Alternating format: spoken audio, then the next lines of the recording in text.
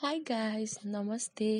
आजको हाम्रो टपिक हो रेस्पिरेटरी सिस्टम र रेस्पिरेटरी सिस्टममा पनि हाम्रो यो फर्स्ट पार्टमा हामी हेर्छौँ anatomy. So part 1 is about anatomy of respiratory system. कुन कुन अर्गन्स हुन्छ, कुन कुन स्ट्रक्चर्स हुन्छ र तिनीहरूको फङ्सन के हो भनेर हामी आजको भिडियोमा हेर्छौँ र नेक्स्ट भिडियोमा पार्ट 2 मा हामी फिजियोलोजी हेर्नेछौँ। रेस्पिरेटरी ट्र्याक्ट जुन चाहिँ नोजबाट स्टार्ट हुन्छ and ends well into the लङ्सको पनि कता त एल्भियोलाईमा is divided into 2 parts. First part is called upper respiratory tract.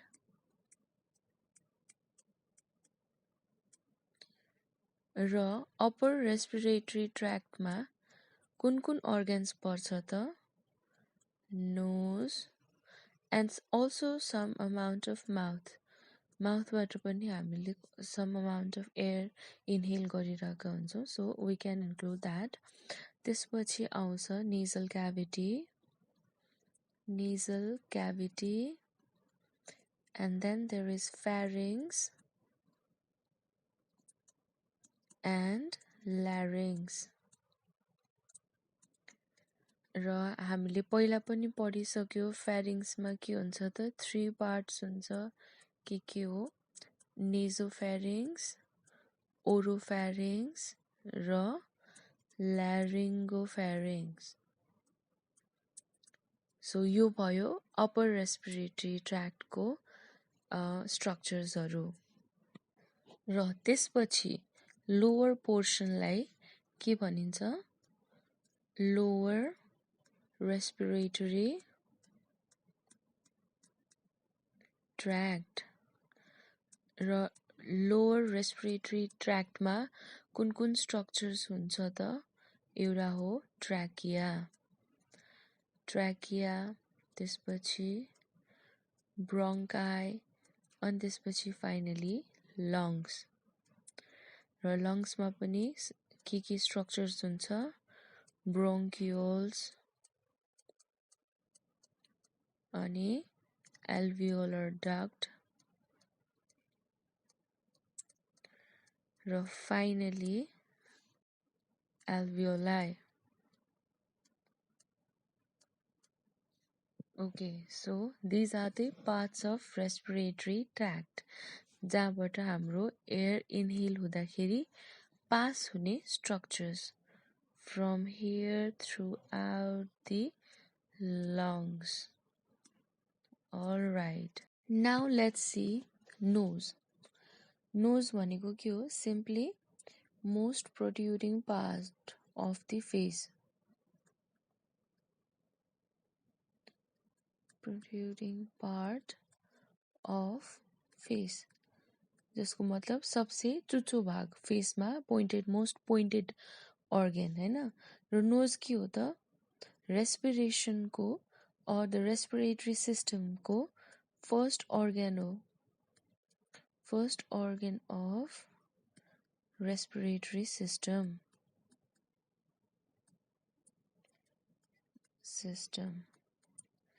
त्यसपछि नोजमा के हुन्छ त? नोजमा हुन्छ 2 nostrils. Nostrils भनेको these openings है, 2 nostrils and 1 septum. 1 septum. नोजको यो भाग जुन चाहिँ निधारमा गएर जोइन भइरा हुन्छ, यो भागलाई चाहिँ के भन्ने त? रुट भनिन्छ। र यो भाग जुन चाहिँ पोइन्टेड छ त्यो चाहिँ एपेक्स हो है। र यो जुन एउटा फ्याटी स्ट्रक्चर्स आउटवर्ड्स हुन्छ, पिन्च गर्यो भने हामी नाक बन्द गर्न सक्छौँ, त्यो पार्टलाई चाहिँ के भनिन्छ त? Wings of nose, also known as ala. अब नोज भित्र के हुन्छ त नेजल चेम्बर भित्र के हुन्छ हेरौँ है। नेजल चेम्बरलाई दुईटा पार्ट्समा डिभाइड गरिएको हुन्छ। One is interior and another is posterior. Anterior part मा के पर्छ vestibule. Vestibule भनेको यो एलाले फर्म गरेको एउटा हलो स्पेस है। र vestibule भित्र के हुन्छ त hairs and sebaceous gland हुन्छ।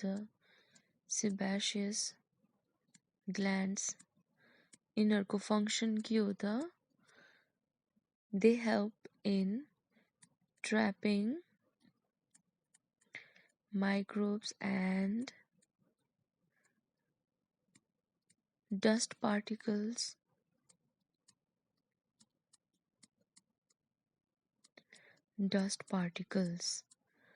है।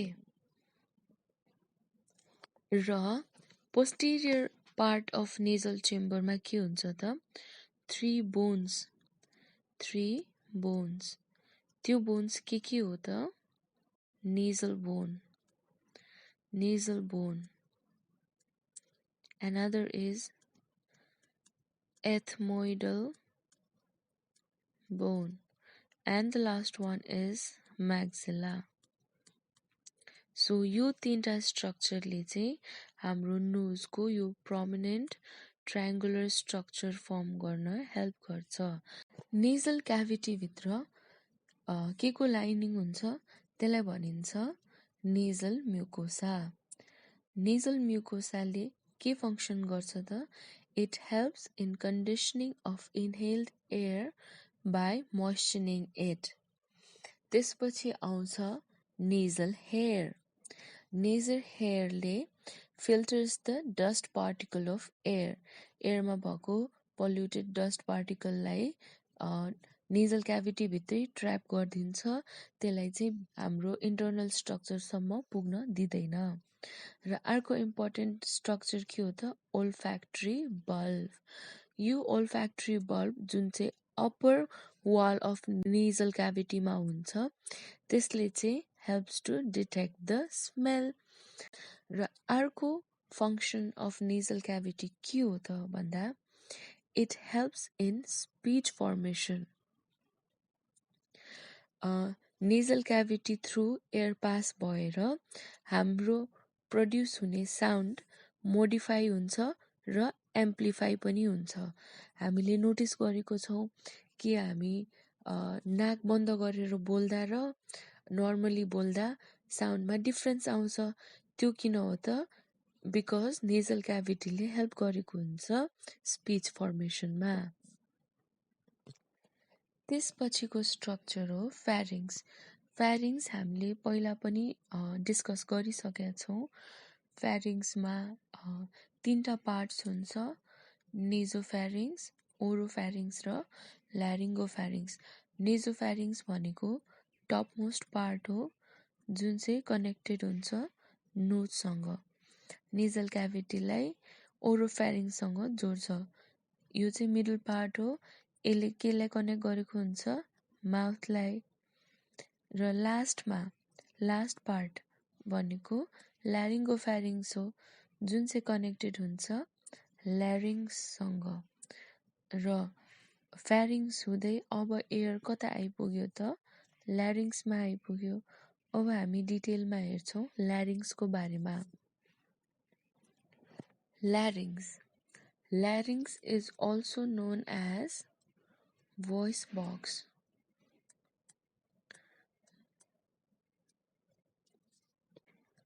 ल्यारिङ्स चाहिँ एउटा हलो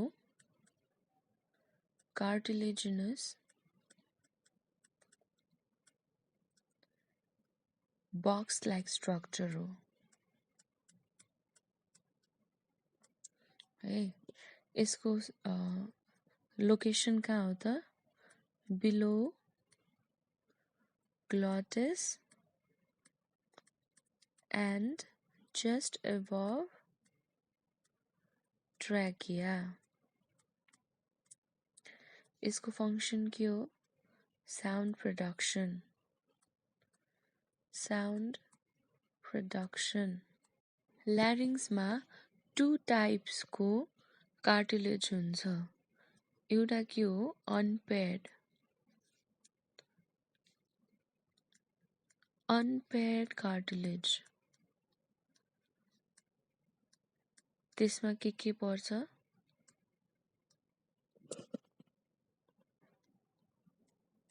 cricoid cartilage, thyroid cartilage र epiglottis.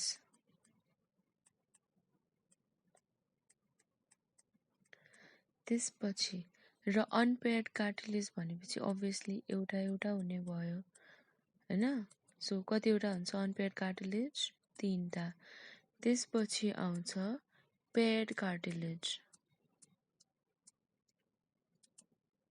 पेयर कार्टिलेजमा के छ? एरिटिनोइड कार्टिलेज. अर्को हो corniculate cartilage र last one cuneiform cartilage. So यो पेयर्ड हो. अब हाम्रो टोटल नम्बर कति भयो त? 6 + 3 9 कार्टिलेजेस हुन्छ.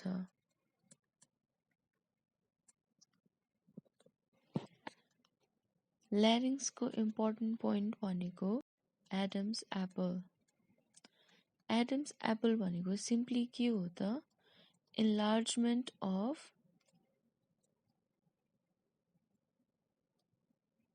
थाइरोइड कार्टिलेज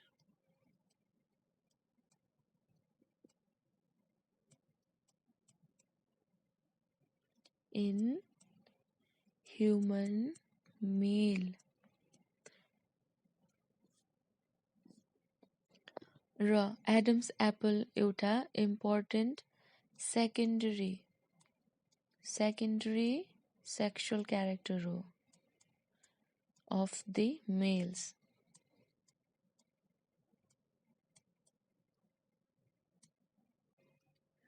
अब ल्यारिङ्सबाट कहाँ आइन्छ त? ट्रेकियामा. र trachea is also known as wind pipe. र ट्रेकियाको लाइनिङ कस्तो हुन्छ? Trachea is lined by pseudostratified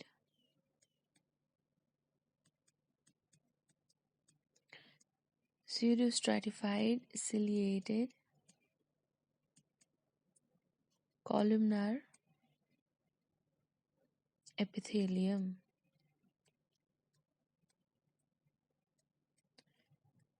र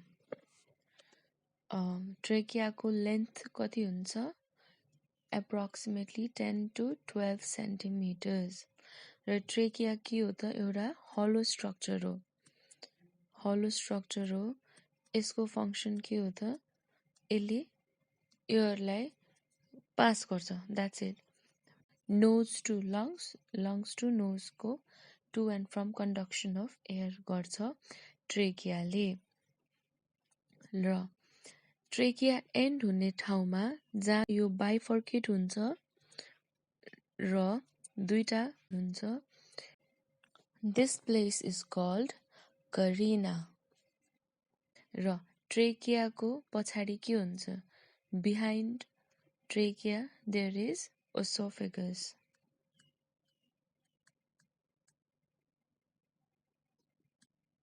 lies behind it. Okay. ट्र्याकियालाई सपोर्ट चाहिँ केले गरेको हुन्छ भन्दा there are 16 to 20 rings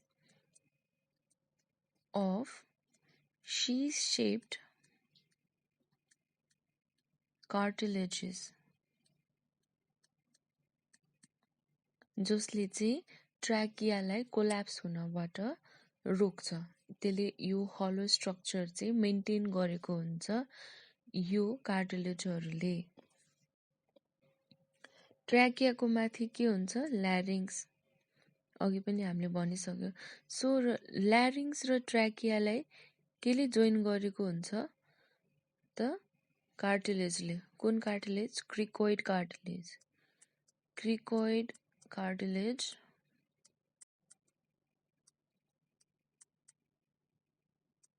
attaches larynx to trachea. यो करिनाको एउटा एनाटोमिकल ल्यान्डमार्क एकदम इम्पोर्टेन्ट छ। यो चाहिँ कहाँनिर हुन्छ सिचुएटेड भन्दा it is located at the level of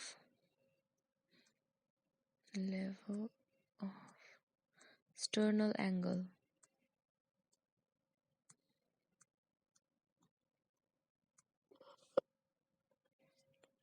अब ट्र्याकिया करिनामा आएर बाइफर्केट भएपछि दुईटा ब्रान्चेसमा डिभाइड भयो र यो दुईटा टु लार्ज ट्युब्सलाई के भनिन्छ त?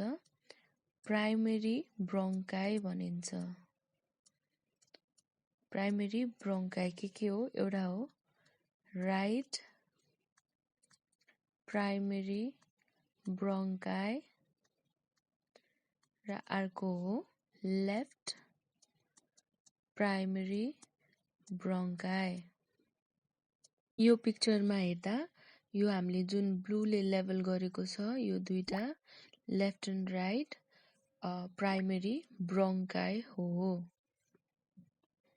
अब हामी पहिला सुरु हेरौँ right primary bronchi. Right side and left side. Let's look at right side. Right primary bronchi compare यो right र left compare गर्दाखेरि यो के हुन्छ त? wider हुन्छ, wider than left। त्यसपछि shorter हुन्छ, shorter than left। र अर्को के हुन्छ त? more vertical, more vertical।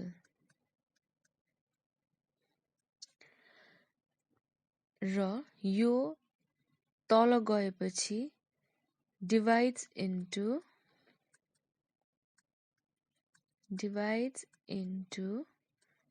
3 secondary bronchi।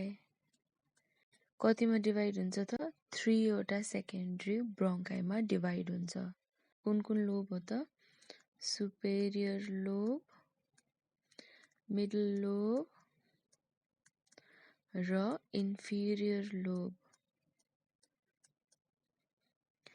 यहाँ मध्ये हामीले थाहा पाउनुपर्ने इम्पोर्टेन्ट क्वेसन के हो भन्दा यो since right bronchi is more vertical हैन, chances of foreign body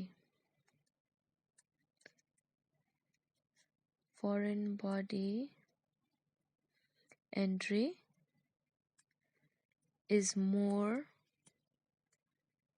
in right side। हामी लेफ्ट प्राइमेरी ब्रोङ्काई हेर्छौँ। लेफ्ट प्राइमेरी ब्रोङ्काई के हुन्छ त?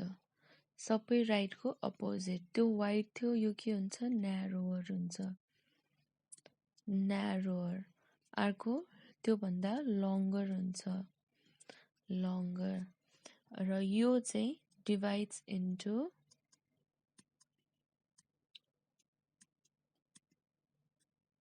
2 सेकेन्डरी ब्रोङ्काई।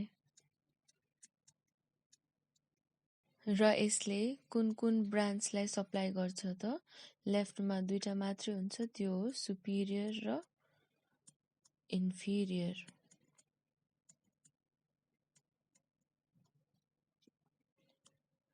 यसरी डिभाइड हुँदै जाँदा यो ब्रोङ्काइहरू सानो सानो फर्दर स्मलर स्ट्रक्चर्समा डिभाइड हुँदै जान्छ र इज कल्ड ब्रोङ्कियोल्स र यसले केमा गएर एन्ड हुन्छ त यो एल्भियोलर डक्टमा र त्यो एल्भियोलर डक्ट केमा खुल्छ एल्भियोलाईमा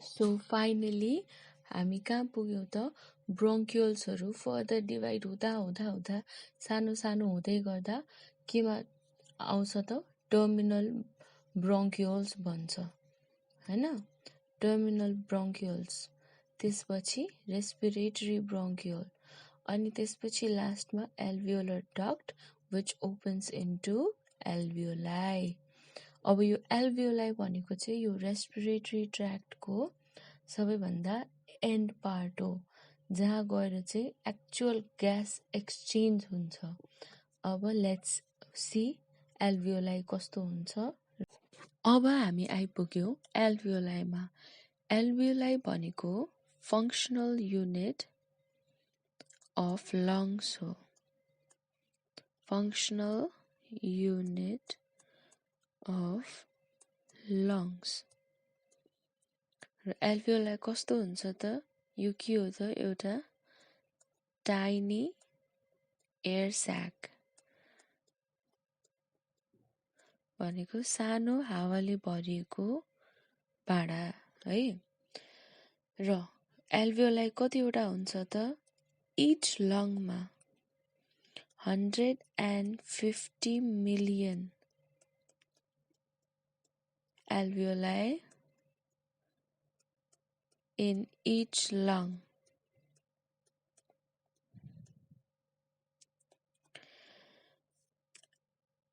एल्भियोलाईमा के हुन्छ भन्दा ग्यास एक्सचेन्ज जुन अघि हामीले नोजबाट लिएको ग्यास छ त्यो चाहिँ एल्भियोलाईमा आएर एक्सचेन्ज हुन्छ so gas exchange occurs in alveoli र एल्भियोलाई के जस्तो देखिन्छ त एल्भियोलाई looks like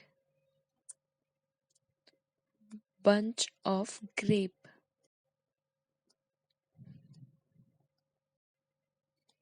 अंगुरको जुपा जस्तो देखिन्छ यो है र यो पिक्चरमा हेर्दाखेरि एउटा यो बाहिरको यस्तो कभरिङ जस्तो छ यसलाई के भन्ने त एल्भियोलर स्याक एल्भियोलर स्याक भनिन्छ र एउटा एल्भियोलर स्याक भित्र मेनी एल्भियोलाई हुन्छ र एउटा एल्भियोलाई चाहिँ के हुन्छ is surrounded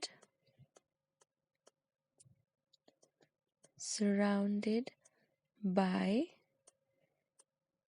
network of blood capillaries. So यो भयो हाम्रो एल्भियोलाई लङ्स कहाँ हुन्छ थोरासिक क्याभिटीमा लङ्स भनेको के हो पेयर अफ हलो सफ्ट स्पन्जी र एक्सप्यान्डेबल अर्ग्यान हो हैन जुन चाहिँ कहाँ हुन्छ त हाम्रो थोरासिक क्याभिटीमा हुन्छ लङ्सको बाहिरपट्टि के छ रिब केज छ रिब केज र दुईटा लङ्सको बीचमा के छ हार्ट छ लङ्सलाई केले कभर गरेको हुन्छ प्ल्युराले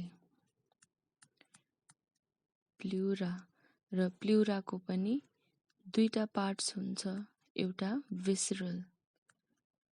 भिसरल भनेको भित्रपट्टिको जुन चाहिँ लङतिर हुन्छ त्यसलाई भिसरल लेयर अफ प्ल्युरा भनिन्छ र अर्को बाहिरपट्टिको चाहिँ पराइटल लेयर अफ प्ल्युरा भनिन्छ। यो दुईटा भयो र यो दुईटा लेयर बीचमा के हुन्छ त प्ल्युरल क्याभिटी हुन्छ। प्ल्युरल क्याभिटी यो प्ल्युरल क्याभिटी भित्र हुन्छ प्ल्युरल फ्लुइड। प्ल्युरल फ्लुइडको फङ्सन के हो त to reduce friction during breathing.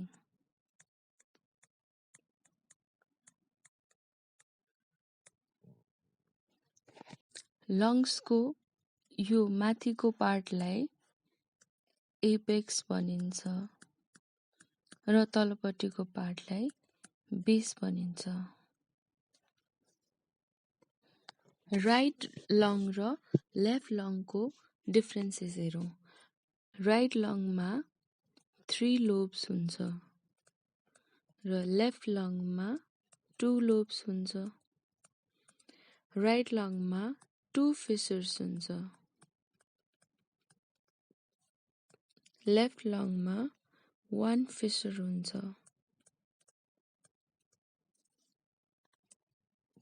Left लङमा भित्रपट्टि एउटा नच हुन्छ त्यसलाई कार्डिक नच भनिन्छ।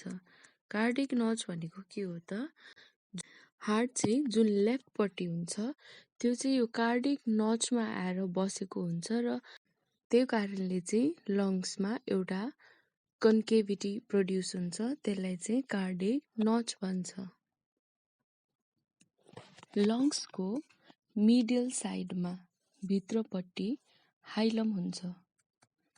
हाइलम भनेको के हो त यो एउटा यस्तो स्ट्रक्चर हो जहाँबाट चाहिँ डिफ्रेन्ट न्युरोभास्कुलरदेखि लिएर एयरवे स्ट्रक्चरहरू लङ्समा एन्टर गर्छ, जस्तो आर्टरिज, भेन्स, नर्भ्स र के त ब्रोङ्काई। लङ्समा कहाँबाट एन्टर गर्छ भन्दा हाइलमबाट। यो स्ट्रक्चर हो हाइलम। यति थाहा पाएपछि चाहिँ हामी रेस्पिरेटरी ट्र्याक्टको एनाटोमिकल स्ट्रक्चर्सको एन्डमा आइसक्यौँ। थ्याङ्क यू भेरी मच आजको यो भिडियो हेरिदिनु भएकोमा। आई होप यो भिडियो हेल्पफुल थियो र तपाईहरुलाई कुनै कन्फ्युजन छ, कुनै क्वेशन्स छ भने डोन्ट फर्गेट टु कमेन्ट र please subscribe to our channel so that we can be motivated to make more videos. Have a nice day.